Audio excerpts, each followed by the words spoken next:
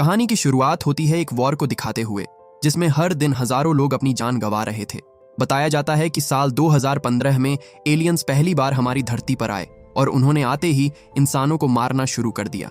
ये एलियंस कोई दो पैरों पर चलने वाले जीव नहीं थे जिनसे आसानी से लड़ा जा सके, बल्कि ये बेहद खतरनाक और ऐसी तकनीकों से लैस मॉन्स्टर्स थे जिनके सामने इंसानी हथियार बेकार साबित हो रहे थे। पूरी दुनिया के इंसानों ने अपने आपस की लड़ाई को छोड़ इन एलियंस से लड़ने के लिए एकजुट होने का फैसला किया और एक ऐसी आर्मी तैयार की जो उन एलियंस का सामना कर सके।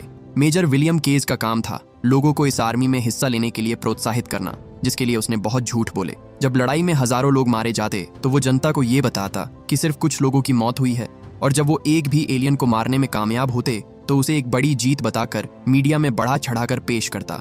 पर सच्चाई तो ये थी कि वो हर दिन हार रहे थे। एक दिन मेजर विलियम को लंदन बुलाया जाता है, जहां उसे जनरल ब्रिघम से कुछ जरूरी मीटिंग करनी थी। जनरल कहते हैं, मेजर, हम हार रहे हैं, बहुत सारे सैनिक शहीद होने वाले हैं, और जब सब खत्म हो जाएगा और उनकी लाशें वापस आएंगी तो लोग किसी न किसी पर उंगली जरूर उठाएंगे। मैं नहीं चाहता वो उंगलियां मेरी तरफ हो, इसलिए कल तुम जंग में जाओगे और वहां जो कुछ हो रहा है उसके बारे में लोगों को बताओगे। आपका कैमरा क्रू बाहर खड़ा है, आप जंग में रहकर उसे कवर करेंगे। पर विलियम, जो एक नंबर का कायर था, कहता है, मैं ही क्यों जनरल, आप मेरी जगह किसी और को भी तो भेज सकते हैं। असल में विलियम को सेना की इतनी हाई रैंकिंग बस इसलिए दी गई थी क्योंकि सरकार को कोई ऐसा आदमी चाहिए था जो जनता को झूठ बोल सके। पर हालात इतने बिगड़ चुके थे कि अब विलियम तो छोड़ो, दुनिया का कोई भी आदमी इस सच को नहीं छुपा सकता था कि वो इस जंग को हार रहे हैं। जनरल तो उसे एक मौका दे रहा था कि जब वो सैनिकों के बीच मरे तो लोग उसे शहीद समझे, न कि इतिहास का सबसे बड़ा कायर। विलियम कहता है, जनरल, मैंने खुद हजारों लोगों को आपकी आर्मी में भर्ती होने के लिए मनाया है और मैंने उनकी लाशें देखी हैं। मैं कोई सैनिक नहीं, वहां जाते ही मैं मारा जाऊंगा। विलियम उन्हें ब्लैकमेल करता है कि अगर उन्होंने उसे वहां भेजा तो मैं सबको आपका सच बता दूंगा। पर जनरल उसकी जिंदगी का फैसला कर चुका था। वो विलियम से उसकी रैंक छीन लेता है। विलियम ने जब भागने की कोशिश की तो उसने उसे अरेस्ट करवा दिया, और जब उसकी आंख खुली तो उसने खुद को लंदन एयरपोर्ट पर पाया, जहां सैनिकों को वॉर में भेजने की तैयारी हो रही थी। बाहर वो एक हाई रैंकिंग ऑफिसर होगा, पर यहां उसे कोई नहीं जानता था। विलियम वहां अपॉइंट एक ऑफिसर को समझाने की कोशिश करता है कि किसी से कोई गलती हुई है, मुझे यहां नहीं होना चाहिए था। वो अपने सीनियर्स से बात करना चाहता था, जिस पर फेरेल बोला, आप इतना बोल रहे हैं तो हो सकता है कोई गलती हुई हो, चलिए आपकी बात करवा देता हूं। विलियम मदद के लिए उसे बहुत बहुत शुक्रिया कहता है, पर जल्द ही उसे समझ आ गया कि वो उसे फोन की तरफ तो नहीं ले जा रहा था। वो बोला, तुम लोग मुझे कहां ले जा रहे हो? जिस पर फेरेल उस पर चिल्लाते हुए कहता है कि इस पर्चे पर साफ साफ लिखा हुआ है कि तुम एक भगोड़े हो, और ये भी कि तुम पूरी कोशिश करोगे जिससे तुम्हें कल इस जंग में ना जाना पड़े। विलियम समझ गया कि वो बुरा फंस गया है और अब उसे कोई नहीं बचा सकता। इसके बाद उसे पकड़कर कुछ लोगों के पास लाया जाता है जिनके साथ उसे कल वॉर पर जाना था। फेरेल उन्हें पत्ते खेलते हुए पकड़ लेता है, जो खेलना यहाँ सख्त मना था, और सज्जा के तौर पर उन्हें वहीं पत्ते चबाने के ऑर्डर्स देता है। वो बोला, विलियम केज आप सबका नया साथी है, इन्हें लग रहा है कि इन्हें यहाँ नहीं होना चाहिए। मेरी आपसे रिक्वेस्ट है कि आप इनके दिमाग से ये गलत फहमी निकाल दें, और अगर ये भागने की कोशिश करें तो मेरी तरफ से आप इनके साथ जो चाहे वो कर सकते हैं। विलियम ने कभी सपने में भी नहीं सोचा था कि जो कुआं वो इतने सालों से दूसरे के लिए खोद रहा था, एक दिन उसे खुद उसमें उतरना पड़ेगा। उसने हजारों लोगों को जंग में भेजा, पर हैरत की बात ये थी कि उसे खुद कुछ नहीं आता था और ना ही उसने कभी जंग की ट्रेनिंग ली। ग्रिफ नाम का एक आदमी सूट पहनने में उसकी मदद करता है और कहता है, नीचे उतरने से पहले सेफ्टी लॉक हटा लेना। विलियम को नहीं पता था कि सेफ्टी कैसे हटाते हैं। वो उनसे उसे हटाने को कहता है, पर सेफ्टी हटाना इतना आसान काम था कि सबको लगा वो मजाक कर रहा है, इसलिए कोई उसकी मदद नहीं करता। जहाज पर चढ़ते वक्त भी विलियम ने भागने की कोशिश की, पर वो लोग उसे पकड़ लेते हैं। इसके बाद उन सभी को शिप में बिठाकर फ्रांस ले जाया जाता है।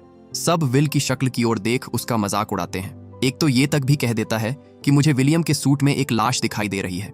विलियम उनसे कहता है, मुझे बताओ कि सेफ्टी कैसे हटाऊं।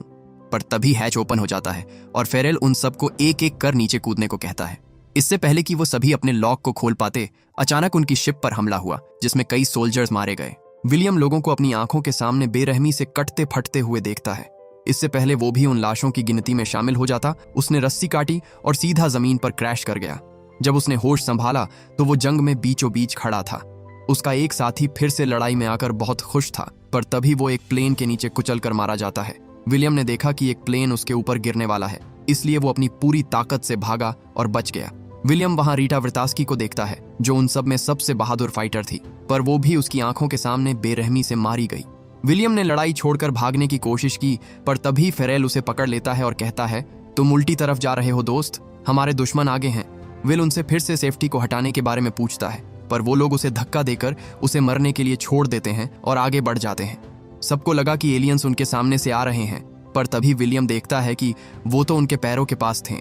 उसने चिल्लाकर सबको बताने की कोशिश की, पर अफसोस बहुत देर हो चुकी थी। वो एलियन एक झटके में सबको मार देता है। विलियम ने किसी तरफ सेफ्टी को हटा दिया और उन एलियंस को मार देता है, लेकिन असली मुसीबत से अभी उसका पाला पड़ा ही कहाँ था। उसके सामने एक नीले रंग का एलियन आता है जो उन सब में से सबसे बड़ा था।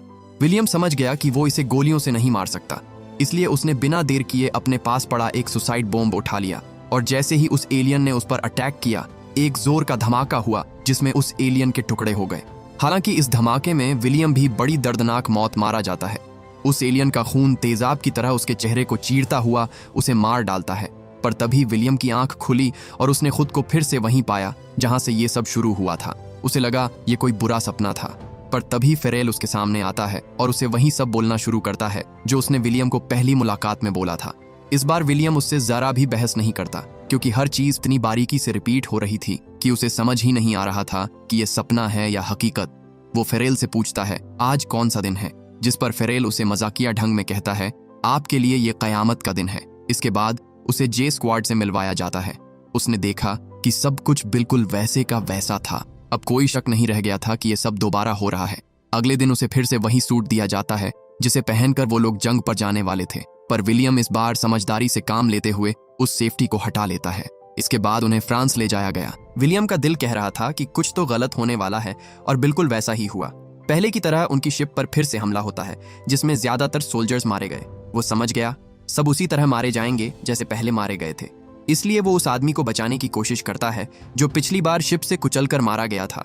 पर उसे बचाते वक्त वो फिर से मारा जाता है और वापस से उसी जगह पर लौट आता है जहां से ये सब शुरू हुआ था।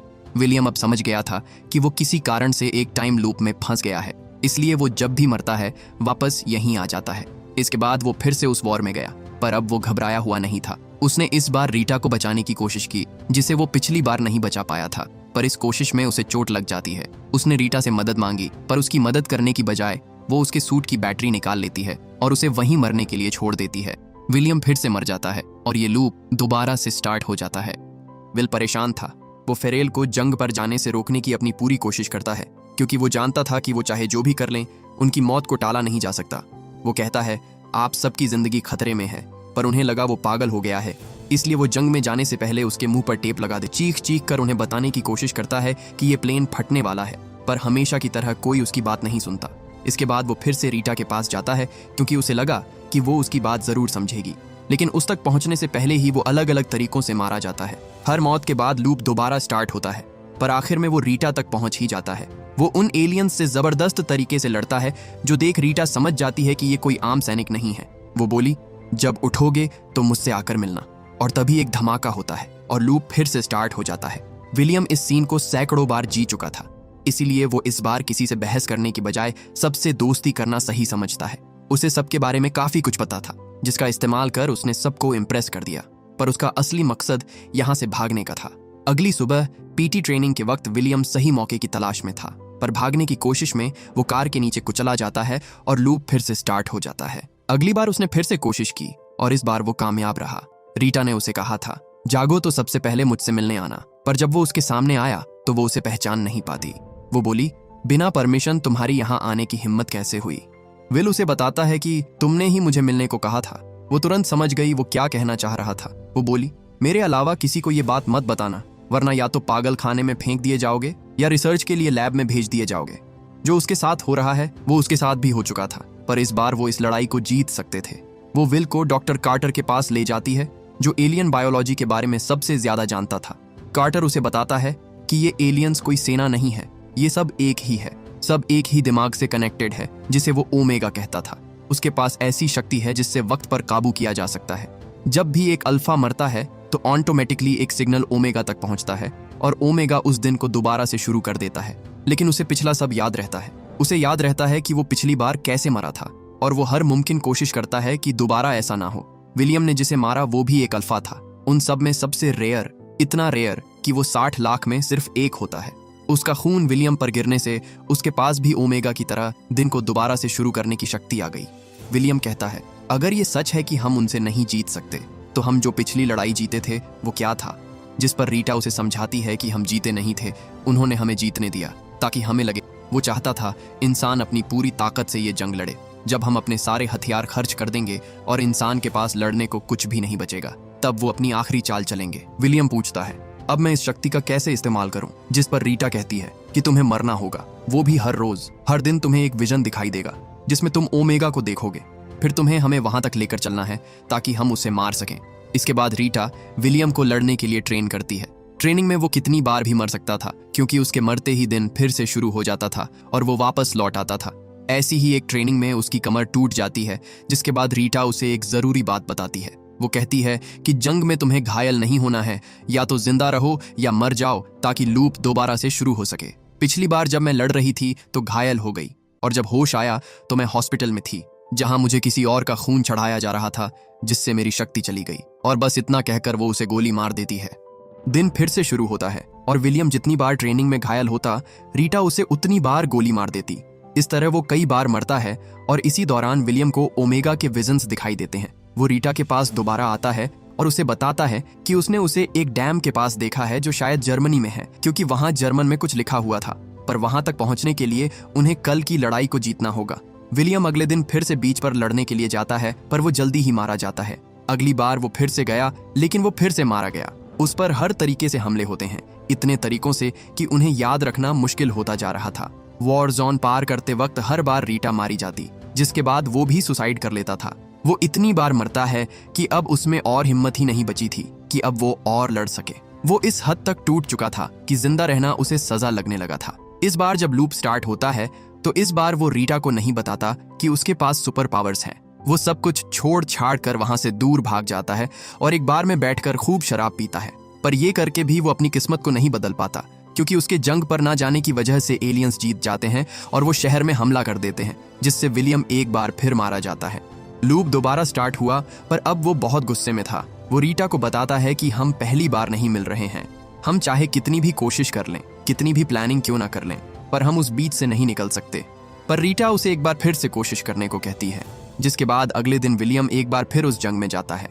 वो ये लड़ाई इतनी बार लड़ चुका था कि उसे हर हमले का समय और पैटर्न पहले से पता था।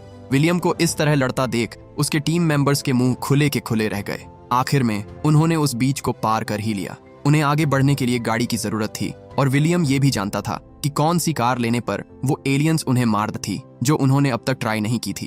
वो जल्दी से उसमें बैठते हैं और वहां से दूर जाने लगते हैं। एलियंस ने उस पर हमला किया, पर इस बार वो बच जाते हैं। रास्ते में विलियम उससे ढेर सारी बातें करता है, पर रीटा को ज्यादा बात करना पसंद नहीं था। जल्द ही उनकी कार का पेट्रोल खत्म हो जाता है, जिसके बाद उन्हें आगे पैदल चलकर जाना पड़ता है। रीटा जल्दी से कोई दूसरी कार ढूंढने की कोशिश करती है, पर तभी वहां उसे पुराना हेलीकॉप्टर दिखाई दिया, जिससे वो और भी जल्दी जर्मनी पहुंच सकते थे। विलियम उसे हेलीकॉप्टर चालू करने से मना करता है, पर तभी उसने देखा कि उसे बहुत चोट आई थी। रीटा फटाफट चाबी ढूंढकर वहां से निकलना चाहती थी। विलियम कहता है, गाड़ी में पेट्रोल फुल है, मैंने अभी चेक किया है, क्यों ना हम उसी से चलें? रीटा बहुत थक गई थी और बहुत घायल भी थी, इसलिए वो दोबारा से स्टार्ट करने को कहती है। लेकिन उसने जैसे ही विलियम को मारने के लिए बंदूक उठाई, विलियम कहता है, रुको, गोली मत चलाओ, थोड़ी देर रुक कर आराम कर लेते हैं। रीटा उसे 10 मिनट का टाइम देती है, उसके बाद वो उसे गोली मार देगी। पर इसी बीच विलियम उसके लिए एक गर्मा गर्म कॉफी बनाता है। लेकिन जब वो उसकी कॉफी में चीनी मिला रहा था, तो वो समझ जाती है कि यहाँ कुछ तो गड़बड़ है। वो पूछती है, विलियम, हम यहाँ कितनी बार आ चुके हैं? पर विलियम उसे कुछ नहीं बताता और बस चुपचाप खड़ा रहता है, जिसका मतलब ये सब पहली बार नहीं हो रहा था। चाबी उसकी जेब में ही थी, पर वो जानबूझकर उसे उससे दूर रख रहा था। रीटा बिना देर किए हेलीकॉप्टर को स्टार्ट करने जाती है, पर विलियम उसे बताता है कि ऐसा मत करना, हेलीकॉप्टर शुरू करते ही वो तुम्हें मार देंगे। हर बार यही होता है, हम दोनों में से कोई एक ही जिंदा बचता है। असल में विलियम उसके साथ ये पल इतनी बार जी चुका था कि उसे इस दौरान उससे प्यार हो गया और वो उसे नहीं खोना चाहता था। वो चाहे कुछ भी कर ले, उन दोनों में से आगे कोई एक ही जा सकता था। पर रीटा उसकी नहीं सुनती और हेलीकॉप्टर चालू, जिसके बाद एलियंस ने उस पर हमला कर दिया। विलियम इस बार भी उसे नहीं बचा सका और उसने लूप को दोबारा स्टार्ट कर दिया। विलियम फिर से रीटा के पास आता है, पर इस बार वो उसे बिना कुछ कहे वहां से चला गया। इसके बाद वो अकेला जंग पर जाता है, पर वो इतना गुस्से में था कि इस बार वो किसी को नहीं बचाता।